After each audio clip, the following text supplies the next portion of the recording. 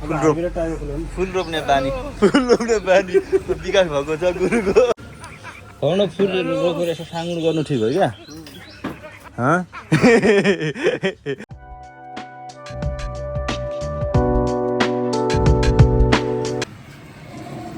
यी कैलाश बहादुरका खराया आइ high high high खराया पालन पनि गरे खाने हाम्रो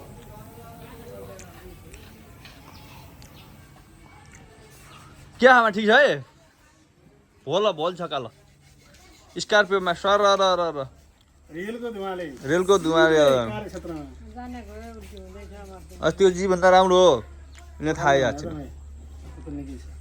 उही जाने गरे ऊ त राम्रो होइन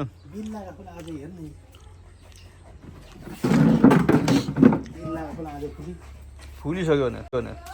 लाउँदा फुल्यो भने के हो गुरु तँ हात त कडा रहेछ त फुलिहाल्ने दाजु फुल बेर्मी बगैँचा बनाउने क्यारी बनाउने हो फुलसुल लगाउने हाम्रा गुरु अझै पनि छुट्या हात चिन्न अझै विकास भयो जस्तो लाग्यो फुल रोप्ने बानी विकास भएको छ गुरुको अत्तरियाको घरमा पनि च्वाट्टै यी फुल पनि पहिले त सानसाना थियो नि जाँदाखेरि जापानखेरि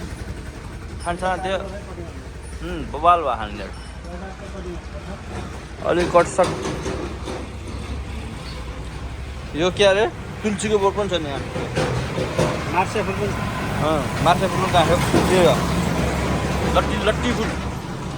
त्यो अलिकति मार्से फुल है पाती फुल पनि छ नेपाती भयो फुल पाइन्छ त्यो साथी फुल सयपत्री हाम्रो भाषामा हजारी फुल यो के भन्छ मेवा है क्या पवित्र मेवाको बोट पनि छ नि बबाल भन्न खालो यो अत्तरियाको घरको बाहिरको आँगन को भिडियो हो त्यो हजारी पनि छ बबाल फुल यो बबाल फुल छ क्या पछि त यो पैसो त होइन त्यो फुल त्यो बोट मात्र हो क्या त्यो बुट्टेदार हुने बोट मात्र केही भन्नु है तपाईँले अस्तिदेखि आजसम्म यसो फुल लाउने लाग्यो हो त्यहाँको है एउटा त्यसमा एउटा यस्तो टाइपको यस्तै टाइपको हाल्नु पऱ्यो त्यो तपाईँले अघि त्यो हालेको त त्यो रुबालो धेरै ठुलो लामो हुन्छ नि त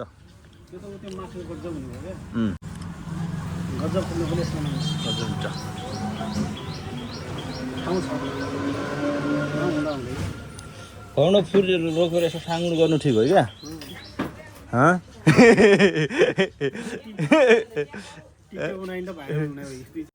यसो दुई चारवटा सागसब्जी लगायो भने चाहिँ खानु हुँदो फुल लाइन त के हुने हो कानलाई दाजा फुल रोप्ने काम पनि भयो भने त गुरु बवाल रोप्नु आज मिति 2082 कार्तिक कति थियो 11 गते है गत दिन हाम्रा ज्वाला गुरुले फुल रोप्नु भएको छ